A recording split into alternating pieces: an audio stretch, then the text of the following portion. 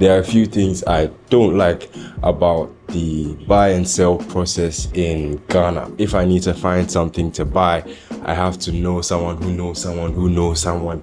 Going to restaurants and having to wave my hand to get the waiter or the server's attention. It feels like I'm drowning sometimes, like, hi, help me, help me. If you have to buy from a vendor online, you have to see the item, DM them to get the price of something that could have been put in the caption, and then you DM them and you find out apparently they might be charging you based on your profile or how many followers you have, or even just how you look. And if you don't already have a mechanic, or if you don't know someone who has a reliable mechanic, then you're kind of just left in the air, and you're more likely to go and cause more problems when you're just trying to solve one. Go and try and fix your AC and your battery just stops working. There are lots of things that I don't like about commerce in Ghana, not just with regards to buying products, but even just like getting services rendered for myself. So I'm sure we've all heard the script: go to uni, spend 4 years learning a course you may or may not like, graduate, and then find a job, and then start to climb the corporate ladder. But what they don't tell you, hopefully everyone knows this at this point, but what they don't tell you is it's a trap. It's a trap that gets you to start to sell your time working for someone else and helping them build their dream, whilst you kind of live in the illusion of stability, because you think your job is always going to be there, and as long as you do everything correctly, you'll be fine, and then you just keep advancing. Meanwhile, you have other passions or other things that you might love, but you never have the time to actually spend to build those things. I followed the same script for 2 years after uni, did the computer science degree, started working as a product designer for 2 years, got a full-time remote job. That was icing on the cake. And then eventually I got the "we are laying you off" message. For most people, losing your job would be the worst thing that can happen, and even for me, it was one of the worst things that could happen.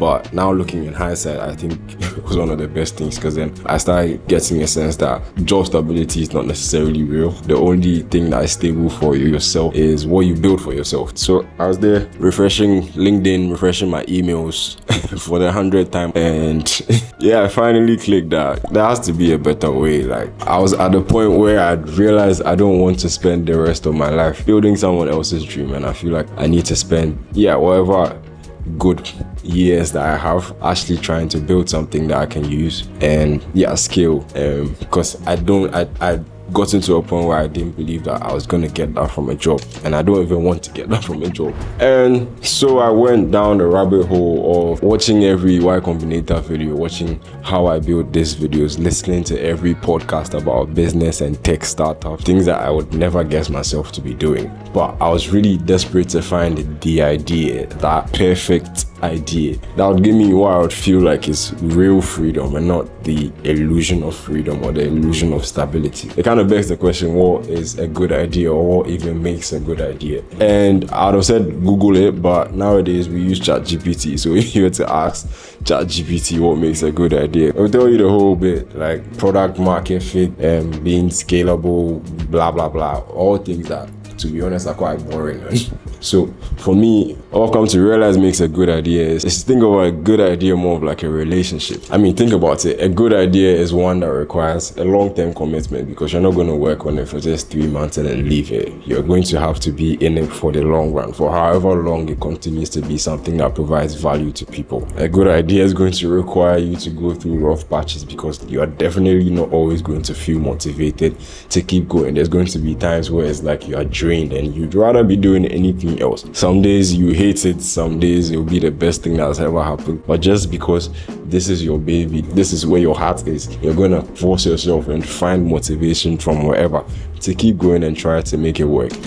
So how do you find a good idea or a great idea to work on? My process took about 4 years. Although I've been talking about this alone, I actually have someone else who we came up with the idea together. And the first year for both of us was mainly just having conversations with different business owners and different people to get an idea of what exactly they hate about the buy and sell process in Ghana. What does that actually look like for different people? So we had different interviews, sent out forms just to get an idea of what the market is actually saying it needs. Year 2 and 3 for me was the perfectionism trap, where I felt like we had a really good idea, but I needed everything to work perfectly so that when we push it out to the public, they can have this, oh my god, this is such a great product. And that just led to 2 years trying to refine, trying to come up with the perfect UI design, trying mobile versions, trying desktop versions, trying just different things and not really starting.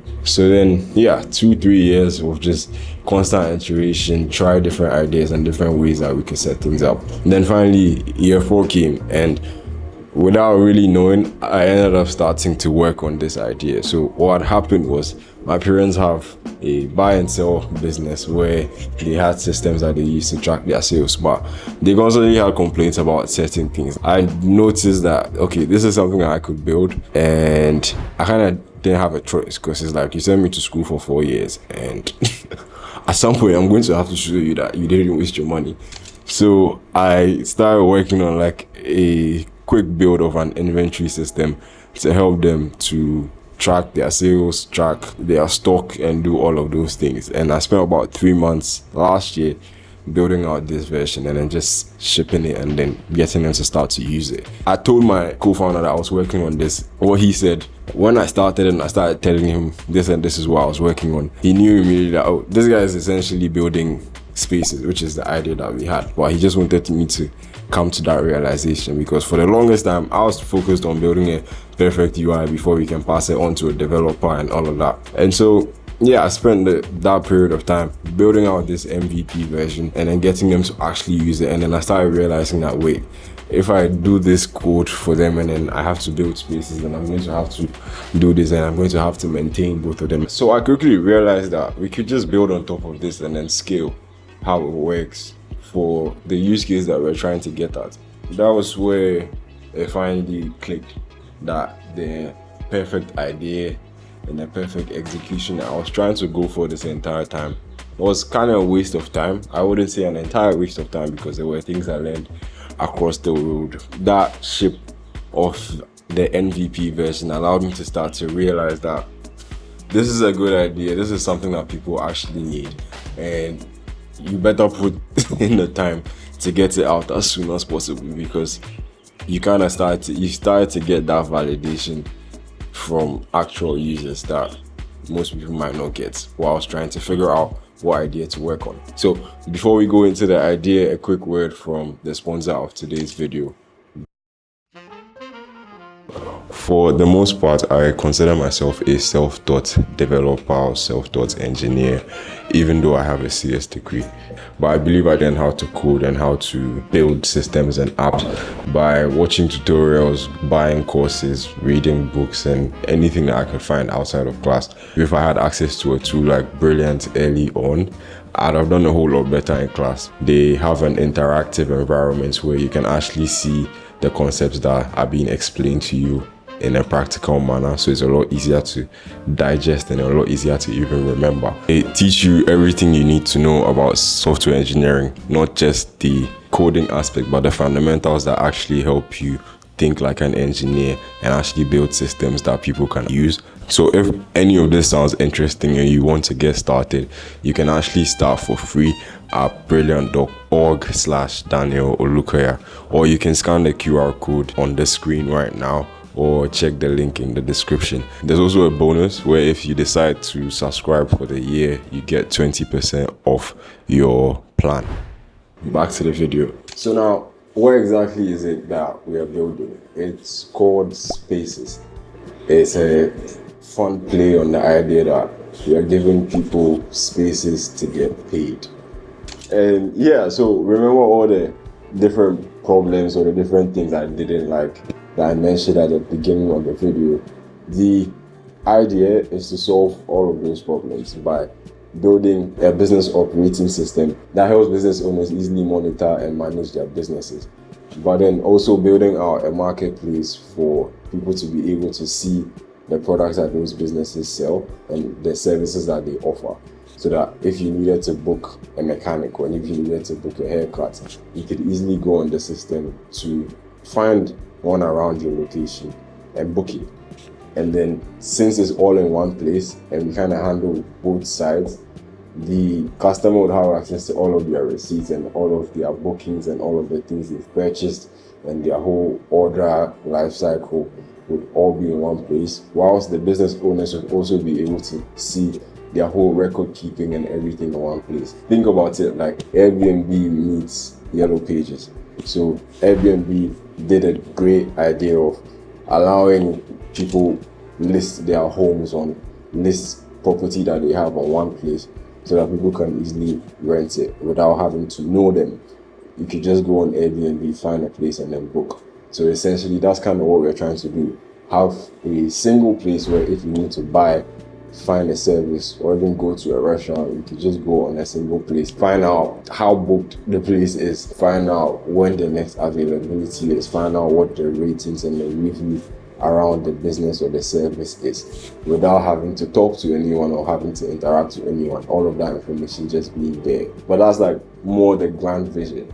With regards to where we are now, for the past year we've been building out the first phase. The first phase is us building out the business operating system, which is just a fancy way to say building out an app that allows business owners and their employees like easily conduct activities around the business. So recording sales, recording service bookings, generating invoices, doing their stock tracking, managing storage and warehousing, things like that, all in one place. So that's more of like the grand idea of things. But what we're doing now is actually building in phases.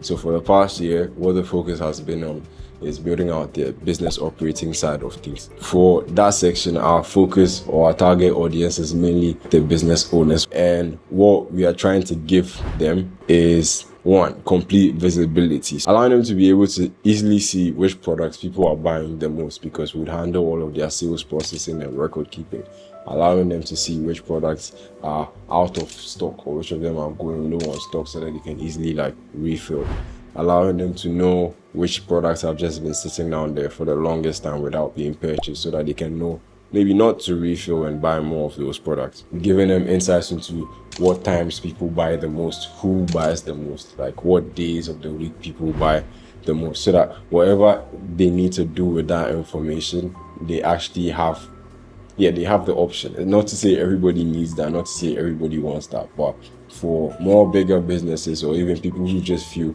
like they are more business savvy, having that form of insight can really change the business. So that's the first thing that we decided to offer, like that visibility into the activities going on in the business. All of these monitoring tools that we've built into the system kind of help them easily track to see when, let's say, a product has been sold but hasn't been recorded, so that you can tell, okay, has an item been stolen, or have I moved things into the shop without recording in the system, so that if there's any operational bottlenecks or if there's any inventory bottlenecks that have to be cleaned up, it's a lot easier to identify and a lot easier to rectify without having to go through any tedious process. Another thing we want to reduce is the use of paper, because to be honest, I don't remember the last time I've gone to a restaurant, taking a receipt and actually looked at it again.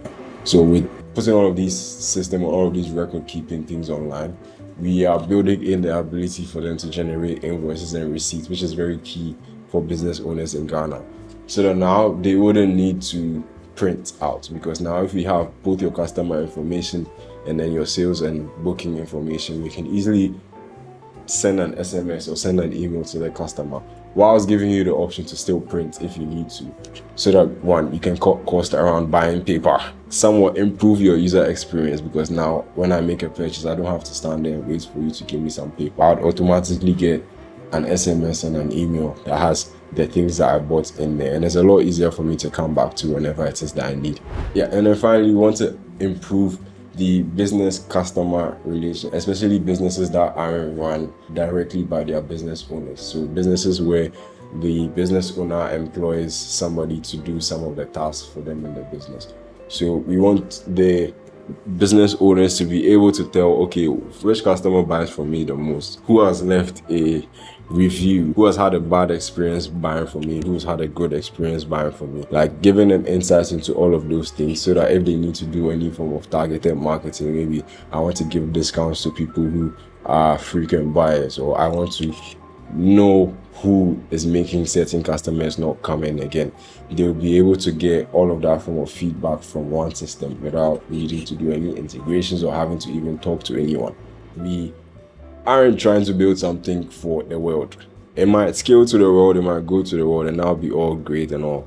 But we're building it mainly for the Ghanaian context, and hopefully in the near future, the African context. So keeping in mind things like being able to record Momo transactions and all of the nuances around it. For example, recording how much of a charge was paid for a payment, so that now, besides the Momo payments that have been made to a business, you can also keep track of how much customers have paid in charges. Building it in a manner that it works both for desktop and mobile users, so that even if you are a small business or you're an online Instagram store owner who just needs to run your entire business from your phone, you have that flexibility to do so without needing any excessive equipment. Phase 2, which is going to come again in the near future, is where we now take all of these stores and whichever new business owner signs up, and then we expose the products that they have and the services that they have to the public. So that now, going back to the Airbnb analogy, if you needed to buy a hat, a specific hat, you wouldn't need to go on IG any longer to go and search or ask a friend anymore.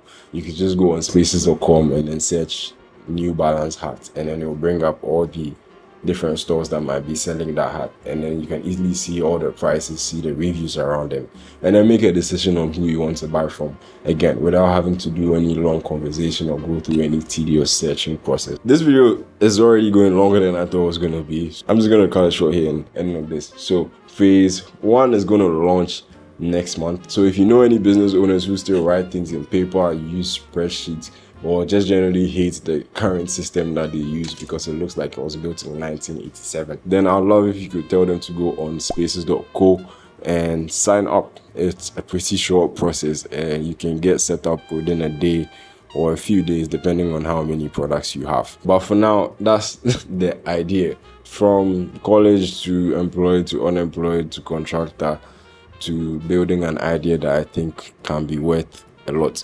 Forget even worth a lot, that can be valuable to a good amount of people. Ideas aren't cheap. Working on this is definitely not cheap, and I'll go into all the little nitty-gritty of how we went about implementing this. There are bits that had to be coded by hand, how AI helped 10x our workflow, and all the other interesting details that if you're someone building a startup yourself, or you are in tech, or you just like these kind of stories, you'd definitely enjoy. So yeah, I guess I'll see you in the next video. So if you want to see some of the stuff coming up, don't forget to subscribe, leave a like if you like the video, and don't forget to check out Brilliant.